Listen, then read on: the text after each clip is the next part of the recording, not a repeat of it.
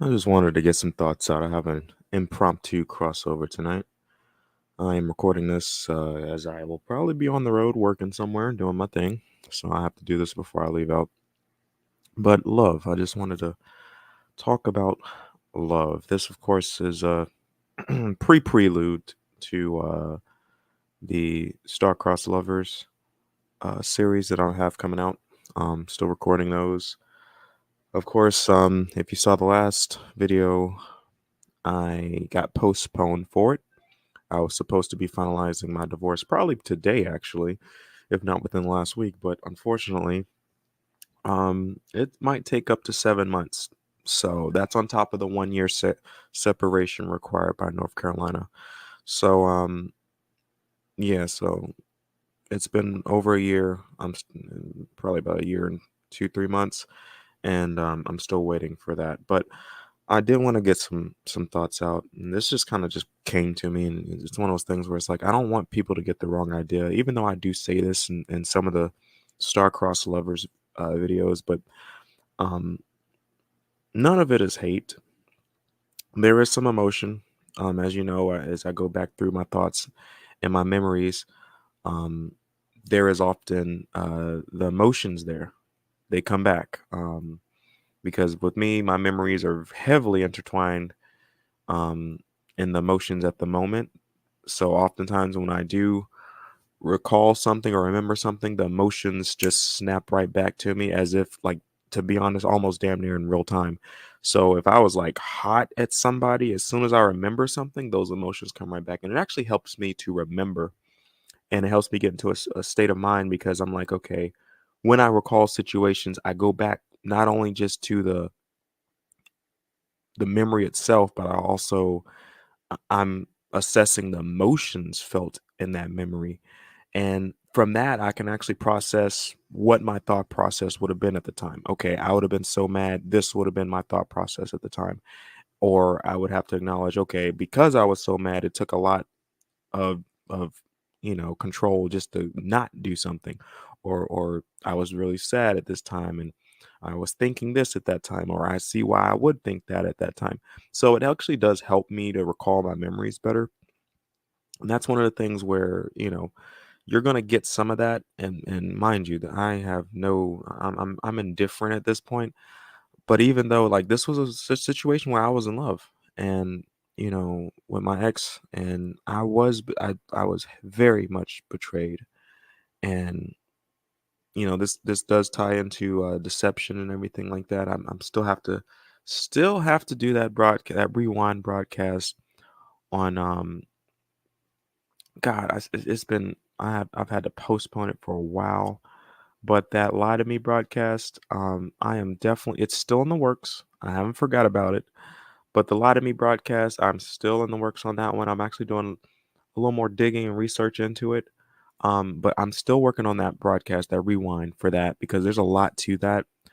Um, so that's going to come up. But one of the things about deception is you get a very visceral response from creatures in general. I think I talked about this before, but it's not just a human thing, like animals.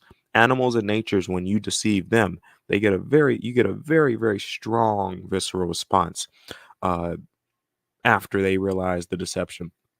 And one of the strongest things you can do is fall in love with someone and then realize that you've been betrayed by that someone. So that you just imagine, somebody scamming you out of your money or scamming you out of your stuff, and then imagine somebody scamming you out of your heart. So that's very the response to that would be very, very strong. As a matter of fact, that's more than likely why a lot of women go crazy after certain split ups. Not all split ups, but just if she gets split up from the guy she really wants, usually women go a little crazy. So shout out to JB on that one. That is very much true. But I was very much in love, and the reason why I recall that, I'm not talking about no puppy love. I'm not talking about no lust. To be honest, if I can just be honest here, when I first met her, when I first met my ex, I was not thinking about how cute she was. I I think I made a broadcast on this, I believe, earlier, but when I first saw her, I remember it. I was in um the what did they call it? but it's a place on campus, UNCC. Um, we were in the place where we eat food. I can't. It's not a commissary. It's not a freaking military base. I'm thinking commissary for some reason. Um, Let me see if I can look it up.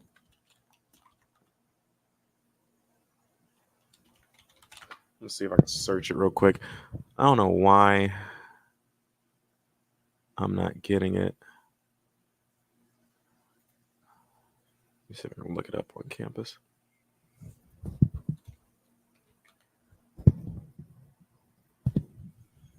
Brief postponement. Sorry for that.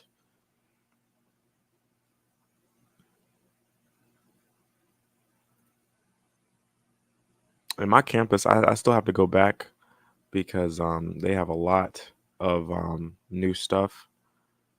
In the student union, there we go. I remember, I very much remember that when I met her, when I first saw her. Um, and mind you, like I was dealing with other women at the time. There were other females, or actually quite a few. Um, so it's not like she was the one and only. No, I had other females at the time. I had other chicks. Yeah, one of the chicks actually lived in the dorm room, in the dorm building I was in.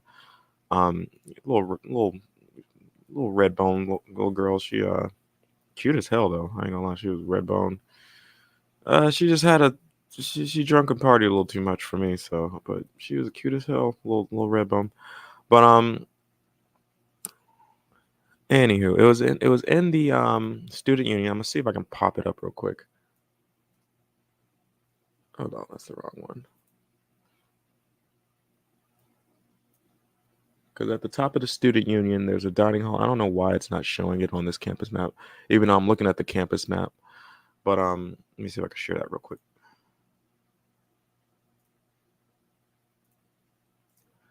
Okay, so it was on the campus map. So right here at the top of this, in the student union, they had built this like shortly, actually just before I got to campus. So this building, when I first got there in 2010, it had been finished. I think they did some updating to it, but they got some dining places in here. But at the top of this building, at the student union, there is for some reason it's not pulling it up on any of these. I hope it's still there. The bistro, I believe, but it's got the bistro in it. I forgot what the hell they call it, but it's at the top of this.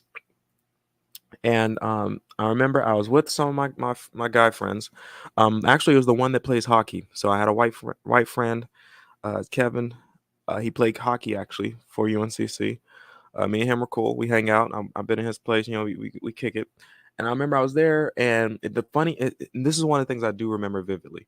I was there. He was talking, and then for some reason, I just locked onto her. She was sitting across in a booth by herself, eating a salad and reading a book. I can't recall the book, but I do remember she was reading the book, and something just drew me to her.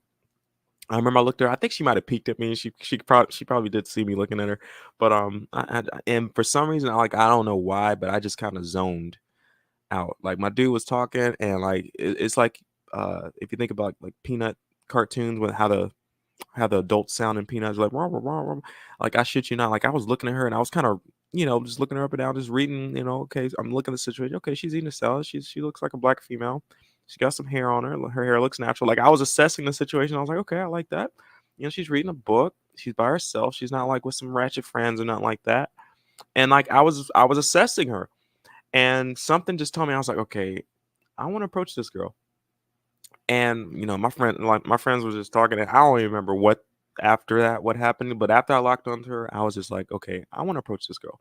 Now the thing was, she wasn't wearing anything like attractive. Like I myself was wearing some gym attire. I had just come from the gym. I was meeting up with Kevin there, at the bistro, to eat something at the gym. And I still had my gym attire on. I was in shape, of course. I had six pack and all that stuff. I was good.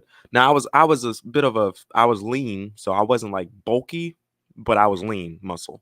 So I was fairly more skinny than I would like to be, but at the same time, I was one of those guys who I was strong, but I was just lean muscle.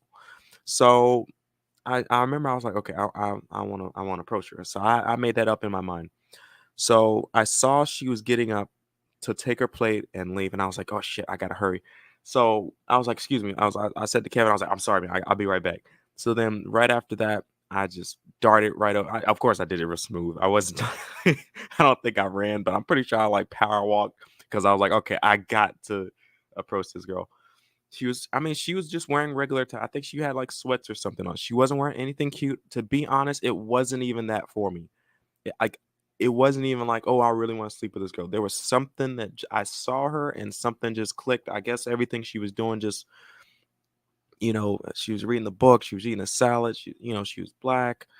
She had the natural hair, nice skin, the nice skin tone. Like all that stuff right there, it wasn't even I was trying to sleep with her. I was just like, I really just want to know this girl. And I did my gentleman thing, which is not a it's not a play on me. That's just how I am. I am a gentleman. So I was like, excuse me, can I take your plate for you? And I do recall that, and I took her plate, and I was talking to her. I was like, I forgot what I said after that, but I know I took her plate.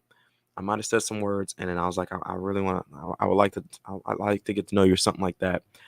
Um, I think she kind of hesitated, but she did give me her number, and then from there on, it was history. So even then, and even that week, we would hang out and stuff. And I kid you not, guys. Again, it's not like I was trying to sleep with her. I was hanging out with her. I was enjoying myself. It wasn't even like the funny thing is when it was kind of like weird because we were hanging out. We were real cool. We clicked up real cool that week, first week, and I think it was nearing the end of that week that I met her, and then I invited her over to my dorm room at nighttime. Of course, that's the thing, guys. So it's nighttime in my dorm room, and she came over. We still kind of hung out a little bit, and then she had her PJs on and all that stuff, and my mind was not thinking sex. I was enjoying my time, and then of course, obviously, I think I talked about how I like to cuddle. So I cuddle. I like cuddling. Not I've cuddled with quite a few women. Some of them in their panties and all this. Now they wanted me to have sex with them, but no, I made a couple girls mad because I literally got them damn near naked, and they were like, "Okay, I'm trying to smash," and I just wanted to cuddle. So in that situation, she had her PJs on and all that stuff, and I guess we started cuddling, and then I did some bold stuff. Let me just say, my hands went certain places, and I was like, okay, she is female, so I'm like, hell, and things happened from them. I'm not gonna say how everything went down, but let's just say then I was like, oh yeah, you are female. It wasn't like that, but it's just like I wasn't thinking sex. I was really just enjoying her company and all that stuff, and I was like, oh yeah, we can do this.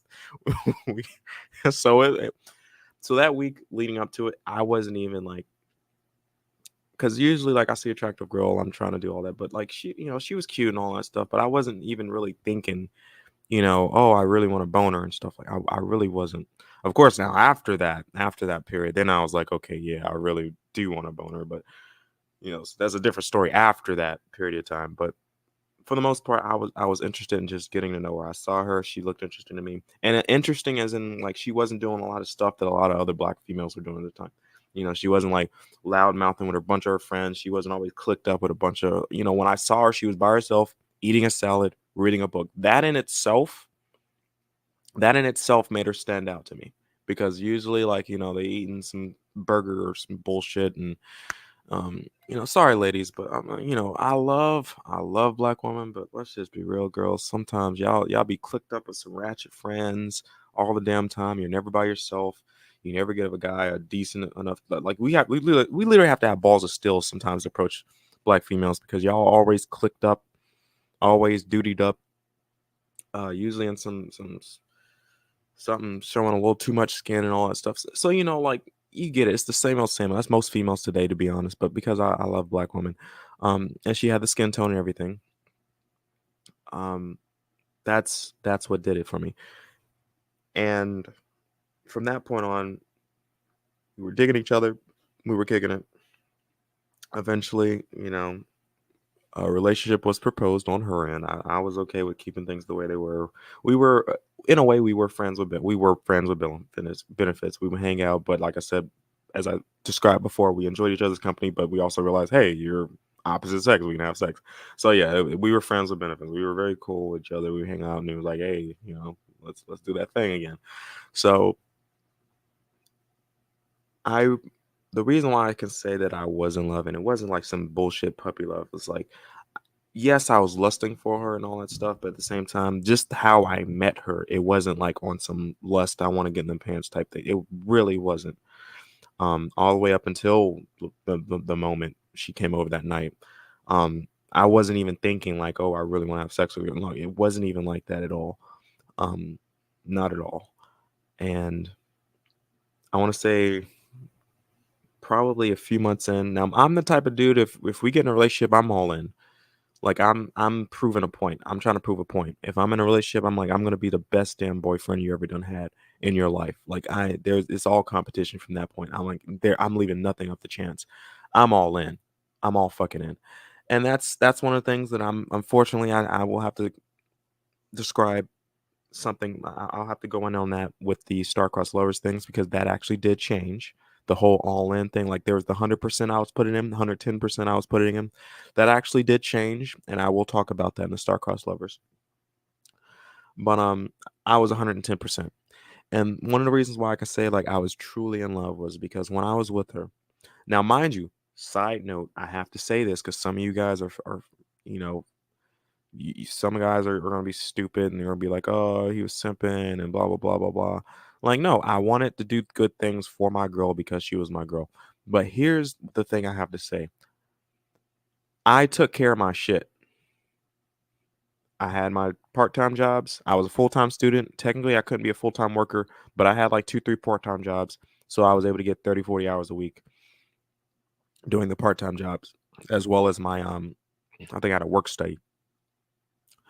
So in between me doing that, in between me taking care of my classes, my grades, all that, even when I became the president of the student organization for about the last 2 years I was there, I took care of my shit. I worked, I went to the gym 2, 3 hours a day, all that shit. And of course, in between that and the 4 hours of sleep I would get on a regular and even playing some Xbox games here and there, I wanted to be up under her. I wanted to be with her. I wanted to be around her. I wanted her to be around me. I enjoyed her company 1000%.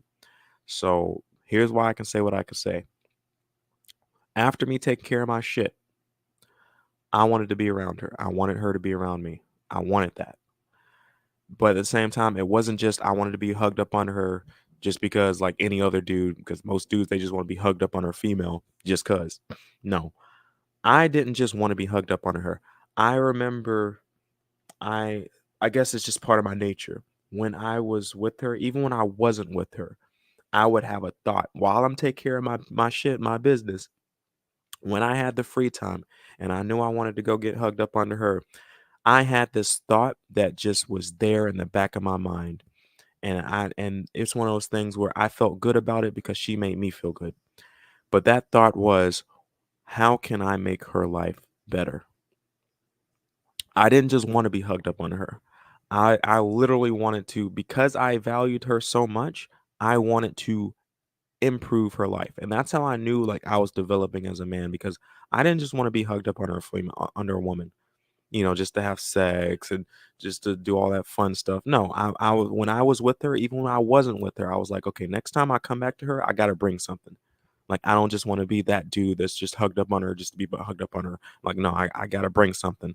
I gotta do something. Like how can I? And I remember getting those thoughts when I'm out and about and I'm doing my thing, and I took care of my stuff, and then like instantly my thought would be like, okay, how can I make her life better? Like, is there anything I can get her? Can I surprise her with something? Can I do something like be a little more romantic? Like when I say I was 110%, y'all, I was all in. I took care of my shit, but at the same time, she was my woman. I was like, okay, how can I make her life better?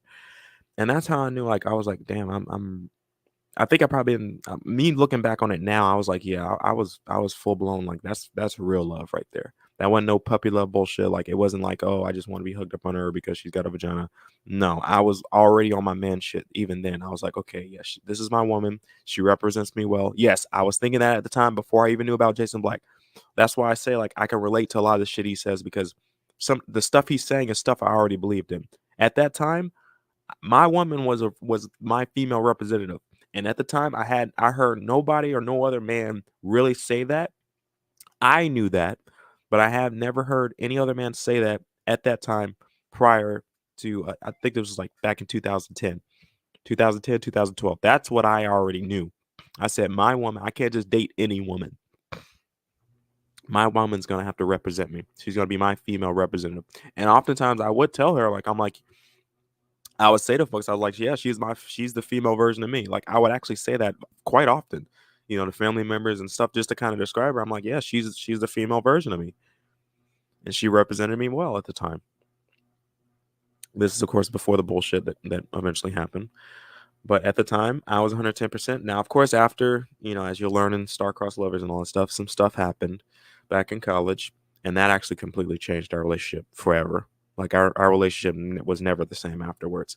Whereas before the incidents, I was 110%. After the incidents, I was like, okay, maybe 90%, maybe 80%, because she then became not just my woman, she then became, okay, she's just my main chick. And then eventually she got demoted all the way to concubine. And I was like, okay, yeah, now she's just my concubine. And so yeah, we there was definitely some ups and downs in our relationship. But what I will say is, don't get the wrong idea with the star-crossed lovers. I was in love with this girl.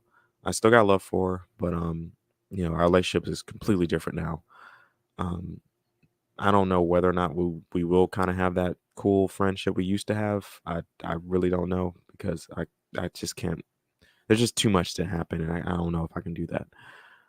I would like That would be cool. We co-parent, but I honestly don't know, because there's certain people that I can and can't call friends, and she's dancing on that. Well, I'm not even gonna say she's dancing on that line. She crossed that line numerous times, and it comes a point where you just gotta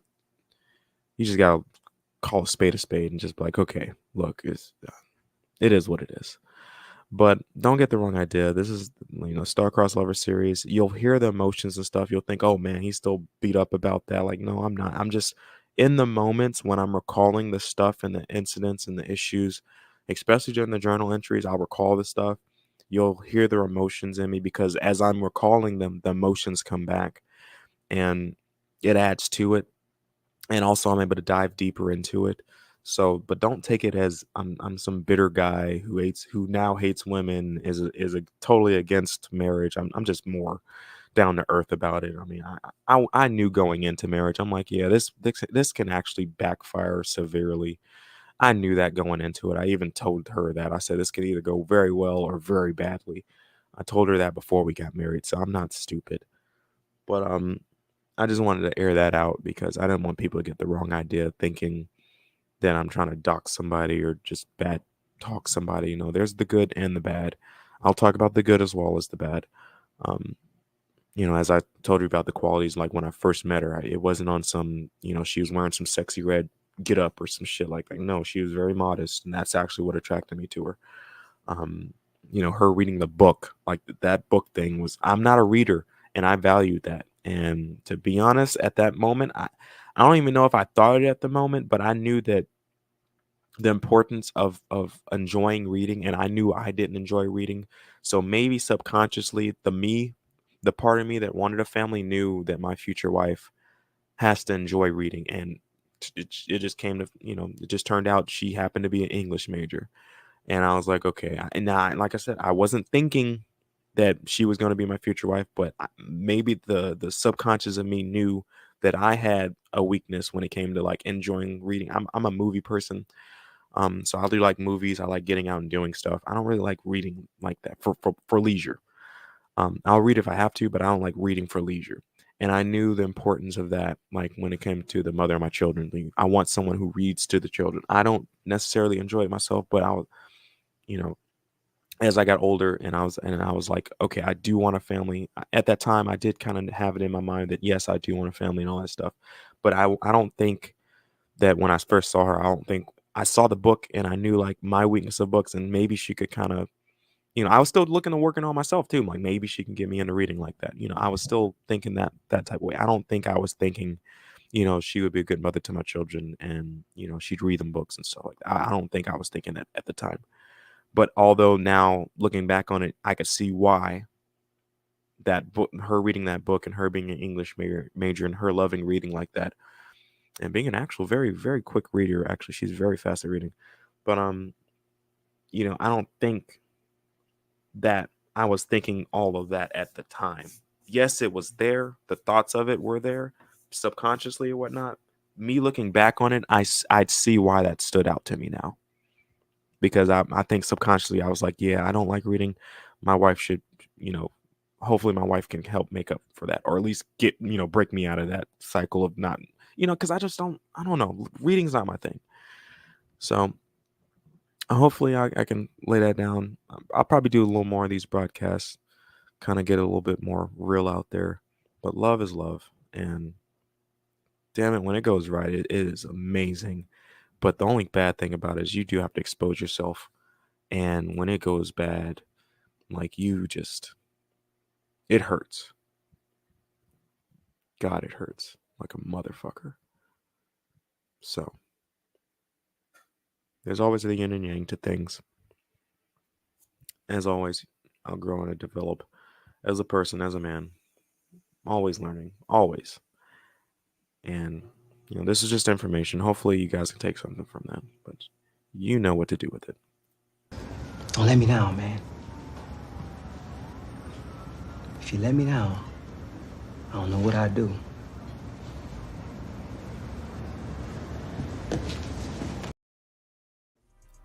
So this has been the crossover late night.